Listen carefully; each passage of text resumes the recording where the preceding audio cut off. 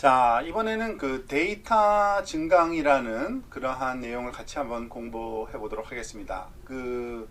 이 컴퓨터 비전 응용 분야에서는 데이터가 진짜 많이 필요하게 됩니다. 뿐만 아니라 이미 훈련된 것들도 데이터를 더 증강시킴으로써 그 성능도 향상시킬 수가 있습니다. 그래서 데이터 어그멘테이션 또는 데이터 증강이라고 부르는 이러한 과정이 우리한테 굉장히 흔하게 주어진 그러한 상황이라고 보시면 됩니다. 자, 데이터를 증강하는 가장 흔한 방법 중에 하나를 먼저 소개하려고 합니다.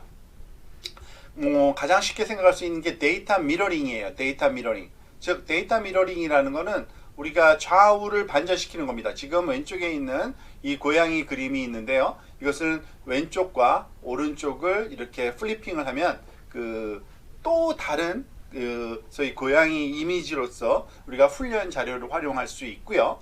또 하나 랜덤 크로핑이라는 게 있습니다. 랜덤 크로핑이라는 거는 여기 지금 겹쳐져서 설명이 좀 흐릿하게 보이는데, 이 원래 주어진 이 고양이 이미지 전체에서 그것을 그냥 쓰는 게 아니라 좀 랜덤한 그러한 위치에다가, 하지만 고양이가 명확하게 보일 수 있는, 예를 들어서 요 위치에서 한번 자르고요. 예를 들어서 또는 여기 고양이 얼굴 부분만 이렇게 자른다든지, 또는 이 고양이와 엣지 부분을 포함해서 자른다든지 하는 등등 하면은 굉장히 다양한 종류의 데이터들이 또 만들어질 수가 있고요.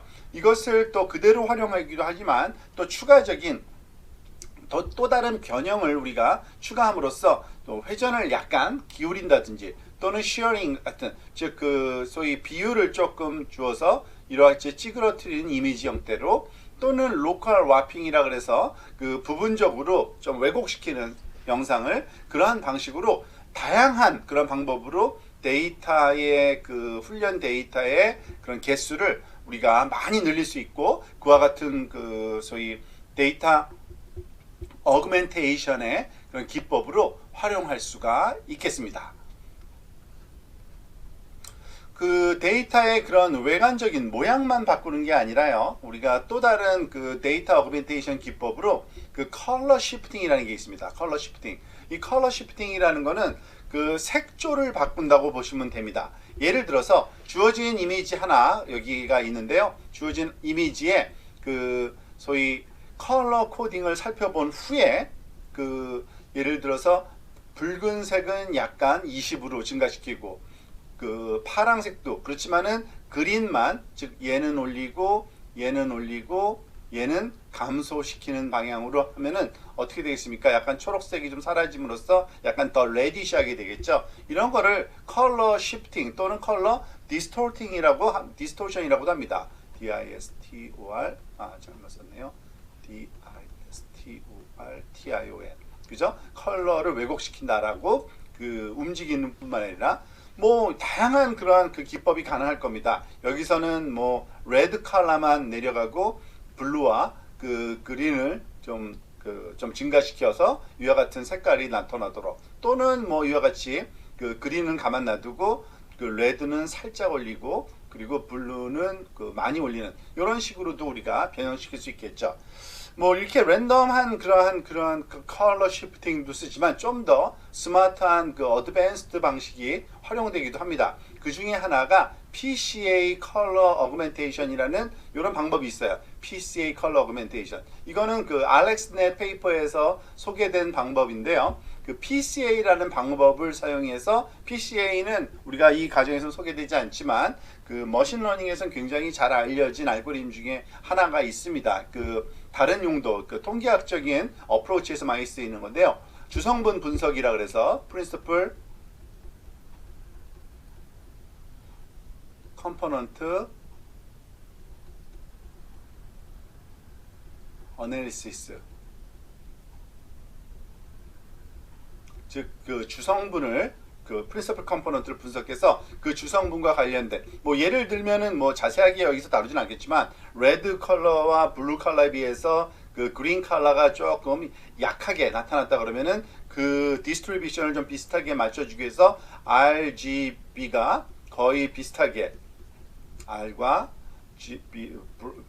B와 그린, RGB가 거의 비슷한 수준으로 나타나도록 만들어줘서 그렇게 또 변형시키는 그러한 그 컬러 시프팅 방식이 있는데요. 그걸 PCA 컬러 어그멘테이션이라는 방법이 있습니다. 즉, 그 색깔을 그 조정해서 데이터의 개수를 늘리는 그 컬러를 사용한 그 데이터 어그멘테이션도 활용된다라고 보시면 되겠고요.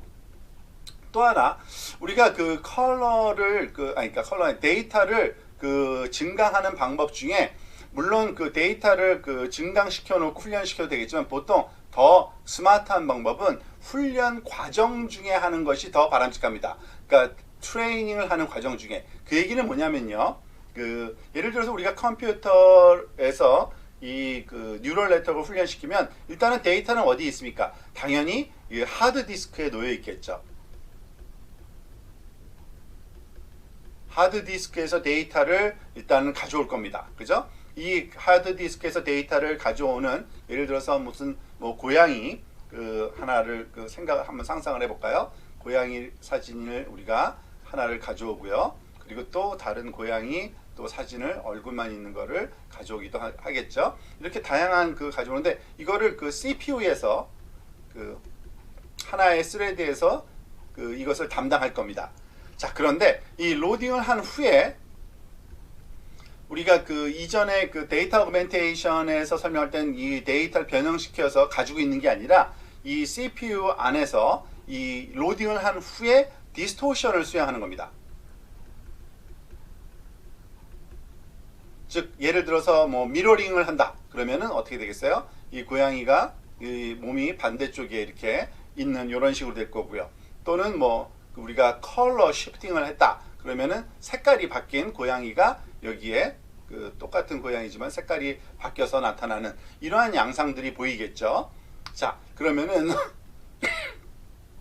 이것을 가지고 이것이 CPU의 하나의 스레드에서 진행된다고 보시면 되는 겁니다. 그리고 이것을 또 다른 그러한 배치로 미니 배치로 우리가 그 묶어서 또 훈련을 시킬 수 있겠죠. 그리고 나서 이 또 다른 CPU 스레드로 프로그램 상에서 훈련을 시키는 과정을 진행할 겁니다.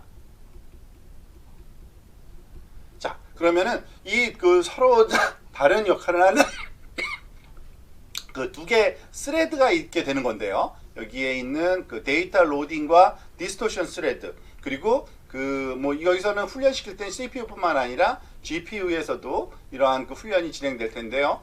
그 이 두 개가 서로 그 그러니까 병렬 처리로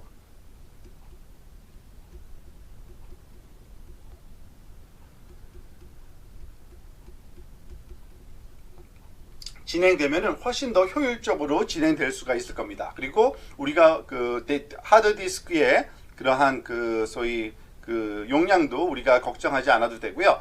그 주로 오는 데이터를 몇 가지 종류로 우리가 디스토션 하겠느냐라는 이러한 알고리즘으로 디스토션에서 이쪽으로 피드하는 그 소위 트레이닝 그 소위 모듈에다가 또는 스레드에다가 피드해서 연속적으로 계속적으로 훈련시키는 이런 효율적인 방법 이것을 그 병렬적인 처리로 해도 더 효율적인 그런 프로세싱이 되겠죠. 이와 같은 방법으로 다양한 그 데이터 증강을 써서 우리가 훈련을 시키는 것이 현실적으로 많이 활용된다고 보시면 되겠습니다.